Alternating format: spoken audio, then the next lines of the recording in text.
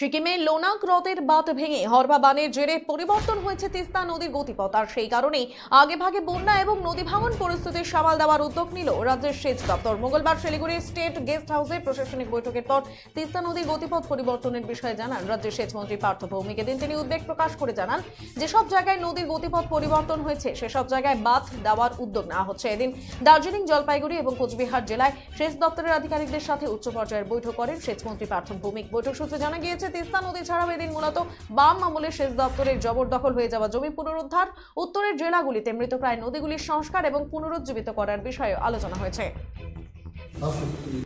না, আমরা প্রচুর বিভিন্ন ব্যাপার নিয়ে আলোচনা করলাম।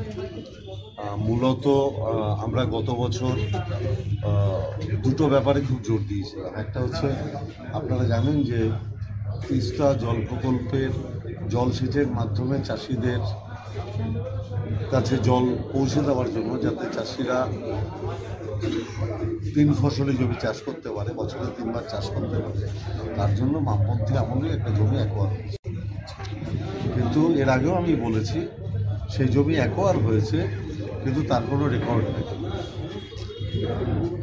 ঠিক আছে, এবার বিভিন্ন কাজ বিভিন্ন স্টেজে আছে, কিন্তু যতগুলো কাজ আমরা টার্গেট করেছিলাম আমরা মোটামুটি সবকটা কাজেই হাত দিতে পেরেছি। কিংবা